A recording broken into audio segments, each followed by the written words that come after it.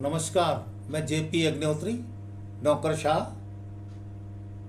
आपके सामने प्रस्तुत हूँ।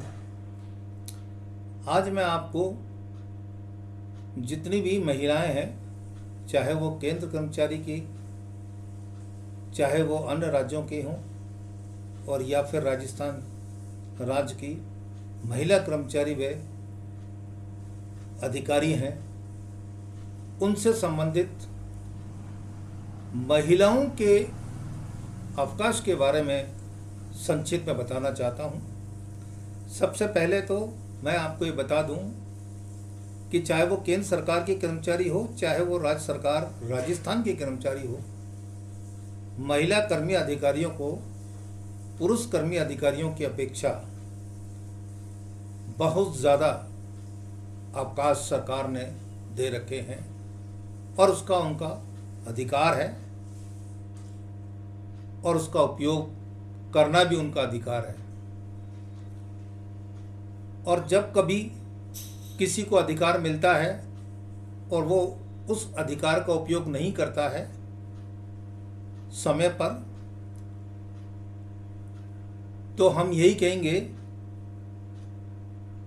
कि वो इसका उपयोग करने में असमर्थ है या फिर वो उस नॉर्म्स के अंदर नहीं आता है। महिला कर्मचारियों को सबसे पहले तो बता दूं मैं आपको, उनके अवकाश का इतिहास ये कहता है कि उन्हें प्रतिवर्ष आकस्मिक अवकाश दे है।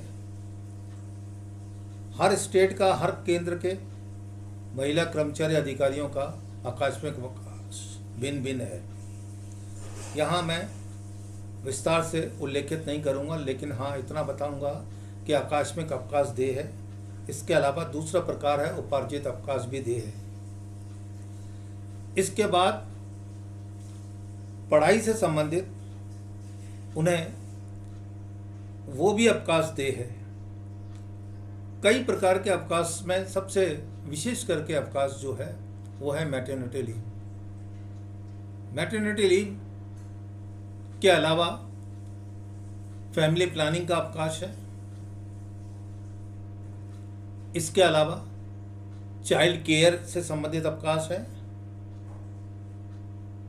और अब जो नए नए आदेश निकाले गए हैं केंद्र सरकार से भी और अन्य राज्यों के कर्मचारी और अधिकारियों के लिए, उनसे संबंधित सरकारों ने, वो बड़े विचित्र हैं और शायद ही कोई अधिकारी या महिला उसकी जानकारी रखती हो।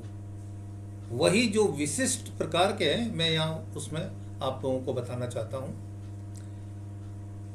पहले तो सैरोगेसी से रिलेटेड जो भी अवकाश है उसका क्लेरिफिकेशन करके केंद्र सरकार ने आदेश जारी कर दिए हैं कि सैरोगेसी मदर और दूसरे प्रकार की मदर जिन्होंने बच्चे को जन्म दिया है, वो दोनों मैटरनिटी लीव के लिए एंटाइटल है। इसके साथ में वो मदर भी एंटाइटल है जो बच्चे का पालन करेगी, उसको चाइल्ड केयर लीव दिया जाएगा। इसके साथ ही अभी नई नई अवकाश की घोषणा की गई है ऋतुस्राव की, जिसे कहते हैं अपन एमसी पीरियड में छुट्टियों की। तो कई राज्यों ने उसके आदेश निकाल दिए हैं। अभी कुछ राज्य उस पर विचार कर रहे हैं और वो आदेश निकाल दिया जाएगा शीघ्र से शीघ्र। ऐसा मेरा भी प्रयास है। मैं आर्टिकल के माध्यम से मांग भी करता आ रहा हूँ। इसके अलावा बच्चे को गोद लेने के लिए भी अवकाश है। और किसी महिला के अगर कोई मृत बच्चा जन्म लेता है या 28 दिन बाद वो मृत्यु को प्राप्त कर लेता है, उसका भी उसके प्रावधान है अवकाश को समायोजन करने का मैटरनिटी लीव से रिलेशन में, कि जितनी भी मैटरनिटी लीव उसको दे होगी वो उसको वो दिन घटा देंगे और उसको एडजस्टमेंट कर देंगे। इसके अलावा कई बेनिफिट्स जो है महिलाओं को अर्जित है। अभी रिसेंटली सुप्रीम कोर्ट के एक आदेश आया था और वो रिलेटेड था तमिलनाडु महिला कर्मचारी का, जो कि वो एक शिक्षक थी। उस शिक्षक ने अपने शिक्षा विभाग में मैटरनिटी लीव की मांग की थी।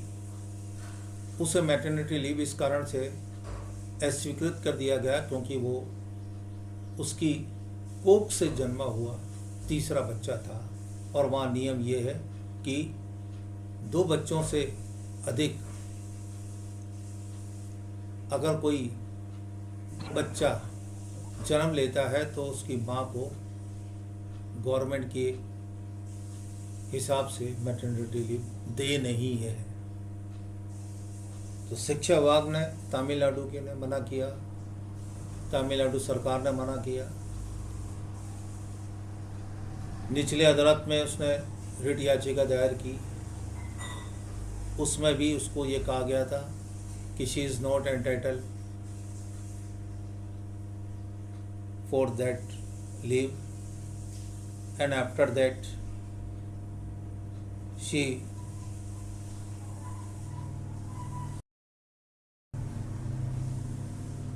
हाई कोर्ट ने भी उस केस को देखा, मनन किया और उसका निर्णय भी यही दिया कि वो एंटाइटल नहीं है। जब ये केस सुप्रीम कोर्ट में पहुंचा तो सुप्रीम कोर्ट ने उस पूरे प्रकरण का पोस्टमार्टम किया और उसका निर्णय आश्चर्यजनक था। जब ये मीडिया ने, न्यूज़पेपर ने इसको प्रकट किया और उसमें ये कहा गया कोर्ट के द्वारा, सुप्रीम कोर्ट के द्वारा, कि she is entitled to get the maternity leave on this third child. पूरे भारतवर्ष में जितनी भी राज्य सरकारें हैं उनमें और केंद्र सरकार के कर्मचारी अधिकारियों में एक हड़चल मच गई कि ये पहला ऐसा निर्णय है। लेकिन नौकरशाह ने इसकी तहकीकात की बहुत गहराई से, तो वस्तु स्थिति का पता चला कि इसमें अन्य कर्मचारी अधिकारियों को खुश होने की कोई आवश्यकता नहीं है, उनके संगठन को खुश होने की आवश्यकता नहीं है, उनके महासंघों को खुश होने की आवश्यकता नहीं है। क्यों? क्योंकि उस आदेश के पोस्टमार्टम से पता चला कि पहली चीज कुछ सरकार ने जो मना किया था वो एक ही ग्राउंड था कि ये तीसरा बच्चा है, लेकिन जब सारे डॉक्यूमेंट्स सुप्रीम कोर्ट के सामने आए तब सुप्रीम कोर्ट ने जो अपना निर्णय उस महिला के फेवर में दिया तो उसमें 3 बातें बहुत मेजर थी। पहली चीज़ कि उस महिला ने अपनी कोख से 3 बच्चों को तो जन्म दिया ही दिया है, उसमें कोई दो राह नहीं है। लेकिन सोचनीय विचारणीय बिंदु ये है कि उस महिला ने अपनी दूसरी शादी की थी और पहले शादी के समय या तो पति को उसने डाइवर्स दिया या पति एक्सपायर हो गया या पति ने उसको छोड़ दिया या उसने पति को छोड़ दिया, जो भी कारण हो, we don't know about this things. बहरहाल उसने दूसरी शादी की, तो दूसरी शादी करने पर उसके दूसरे हस्बैंड से जब ये बच्चा उत्पन्न हुआ, मतलब उस बच्चे ने जन्म लिया, तो जज का कहना यह था कि ये दूसरी शादी दूसरे पति तथा इस महिला का ये पहला इश्यू बच्चा है। तीसरी बात, सुप्रीम कोर्ट ने यह भी कहा कि महिला जब 2 बच्चों की मां थी उस समय वो गवर्नमेंट एम्प्लॉय नहीं थी, यानी कि गवर्नमेंट की नौकरी में आने से पूर्व उसने 2 बच्चों को जन्म दिया था। और जब ये बच्चे चाहे कहीं भी रहें, चाहे पिता के पास रहें चाहे इसके पास रहें, इन 2 बच्चों के जन्म होने के बाद अगर वो महिला ने गवर्नमेंट की जॉब ज्वाइन की तो पहले 2 उत्पन्न हुए बच्चे इस मैटरनिटी लीव पर किसी भी प्रकार का कोई भी प्रभाव नहीं डालते हैं और ना ही डालेंगे। ये भी तीसरा बिंदु पर भी 2 जजों की पीठ ने विचार विमर्श करके ही अपना फैसला दिया। तो पहली संतान की संज्ञा दी गई।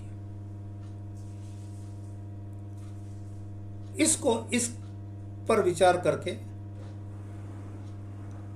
2 जजों की पीठ ने अपना निर्णय दिया और वाकई में ये निर्णय तारीफ काबिल है कानून के इतिहास में कि ऐसी स्थिति मैटरनिटी लीव में कहीं पर भी सब बिंदु नहीं आए, चाहे वो केंद्र सरकार हो, चाहे वो राज्य सरकार हो, चाहे वो राजस्थान सरकार हो। इस सुप्रीम कोर्ट के आदेश के निर्णय से अब एक सब बिंदु का अध्याय इस मैटरनिटी लीव में जुड़ जाएगा। अब इसी के आधार पर केंद्र सरकार, सभी राज्य सरकारें और इसमें भी राजस्थान सरकार भी इन्वॉल्व है कि वो भी संशोधन करेगी और इन्हें करना ही चाहिए क्योंकि सुप्रीम कोर्ट के आदेश हैं। तो इस प्रकार के कोर्ट से संबंधित जो भी निर्णय आते हैं और कर्मचारी के निर्णय आते हैं तो वो उन छुट्टियों में एक सब क्लोज जुड़ जाता है, उस बिंदु जुड़ जाता है तो वो संशोधित आदेश कहलाते हैं। अब आने वाले समय में, क्योंकि ये जो मैटरनिटी लीव का केस था ये अभी 23 या 24 मई को ही डिसीजन आया था और अब आने वाले समय में ये संशोधन होके सभी कर्मचारी, महिला और अधिकारियों को देय होगा। अब सबसे महत्वपूर्ण बात यह है कि अगर उसका हस्बैंड, मान के चलिए कि उसने भी दूसरी शादी की है, उसकी पत्नी भी दूसरी हो, तो क्या उसको पितृत्व अवकाश देय होगा कि नहीं होगा। अब यहां से ये बिंदु जुड़ गया है। अगर इस कोर्ट के आदेश को माना जाता है, इस सुप्रीम कोर्ट के आदेश को, और अगर उसका पति गवर्नमेंट की नौकरी में है और उसकी दूसरी पत्नी है और उससे पहले 2 बच्चे उसके थे, उसने उस वक्त 2 बच्चों पर पितृत्व अवकाश जो 15 दिन का होता है वो लिया है, तो क्या उसको भी देय है या नहीं। नौकरशाह का मानना है कि इस कानून के निर्णय के अनुसार उसको दूसरी पत्नी से उत्पन्न ये तीसरा बच्चा कह लो या उसकी दूसरी पत्नी का पहला बच्चा कह लो, उसके जन्म पर पितृत्व अवकाश देय होगा। अभी आदेश निकले नहीं है किसी गवर्नमेंट से, चाहे वो केंद्र सरकार हो चाहे वो कोई भी राज्य की सरकार हो। अब इसमें इस कोर्ट के निर्णय के अनुसार संशोधन 101% होगा और होना चाहिए। और अगर नहीं होता है तो ऐसी केस में बच्चे का पिता अगर गवर्नमेंट एम्प्लॉय है वो कोर्ट में अपना हक दायर कर सकता है, एक याचिका दायर कर सकता है। इसी के साथ नमस्कार, थैंक यू।